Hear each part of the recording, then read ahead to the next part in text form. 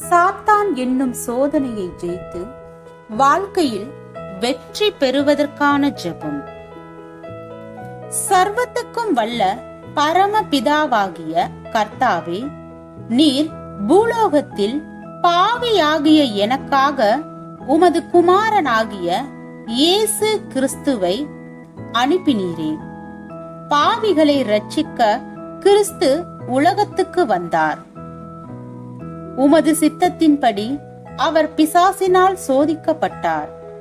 அச்சோதனைகளில் ஜெயிக்கும் வல்லமையை அவருக்கு கொடுத்தீர். அதேபோல் பாவியாகிய என் மீது கிருபையாயிரும். எனக்கு வரக்கூடிய பாவ சோதனைகளிலிருந்து என் கண்களை விலக்கிக் காரும். உமது வல்லமையால் எனக்கு ஏற்படும் சோதனை தடைகளை ஜெயிக்கும் திறனை தாரும்.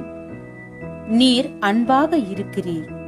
உமது அன்பால் நான் பலனடைந்து எல்லா விரோதத்தையும் ஜெயித்து எனது உள்ளத்தில் உமக்குரிய மகிமையோடு விளங்க நான் உம்மை இடைவிடாமல் அண்டி பிடித்து கொள்ளவும் ஜெப தியானத்தை தந்தருளும்.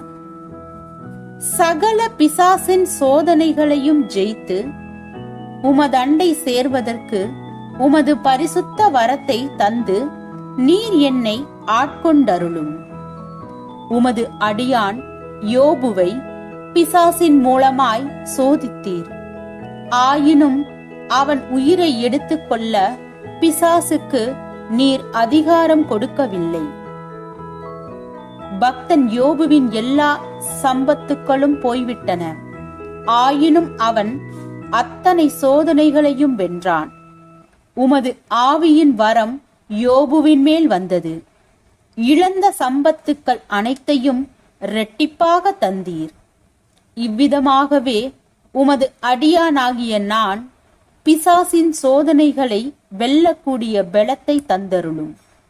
இடைவிடாமல் உம்மை அறிகிற அறிவில் வளர்ந்தேறவும் உமக்கு சாட்சியாக இருக்கவும் தக்க வல்லமையை கொடுத்து ஆட்கொண்டருள வேண்டுமென்று இரட்சகர் மூலம் மனத்தாழ்மையாய் வேண்டிக் கொள்ளுகிறேன்.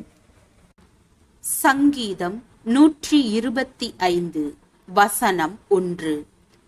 கர்த்தரை நம்புகிறவர்கள் என்றென்றைக்கும் அசையாமல் நிலைத்திருக்கும் சீயோன் பர்வதத்தை போல் இருப்பார்கள். ஆமீன்.